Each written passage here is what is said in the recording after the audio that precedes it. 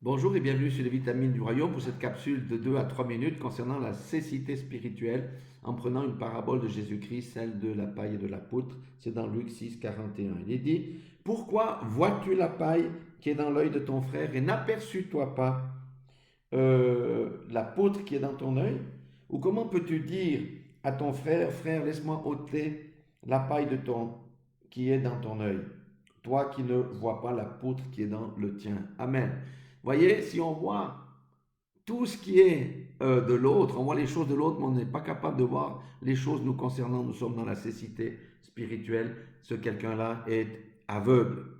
Alléluia. Et Jésus dit, hypocrite, ôte premièrement la poutre de ton œil, alors tu verras comment ôter la paille qui est dans le tien. Alléluia.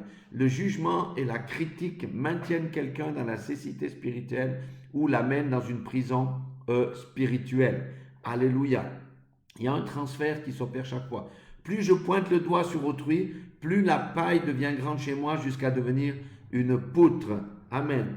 Vous savez, Jésus, on l'a doigté parce qu'il ne se lavait pas les mains avec ses disciples, parce qu'il mangeait les épis le jour du sabbat, parce qu'il mangeait et discutait avec les publicains, parce qu'il discutait avec les femmes, notamment la samaritaine, alors que les juifs n'ont pas de relation avec les femmes samaritaines, ni avec les samaritains tout court. Jésus a guéri un jour de sabbat et il a même ordonné à un paralytique de prendre son lit alors que c'était interdit le jour de sabbat pour quelqu'un de porter quelque chose. On l'a doigté à cause de ces choses. Ça veut dire une pécadille. Vous voyez ce que ça veut dire une pécadille? Alors que les gens étaient vraiment méchants à l'intérieur. Il y avait la fraude, il y avait le mensonge, il y avait la jalousie, il y avait l'esprit religieux. Et Jésus dit que quiconque fait ces choses-là est aveugle.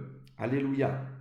Et le meilleur moyen de sortir de la cécité spirituelle ou de ne jamais tomber dans la cécité spirituelle, c'est d'abord de s'examiner soi-même avant d'examiner les autres et leur propre vie. Amen. Alléluia.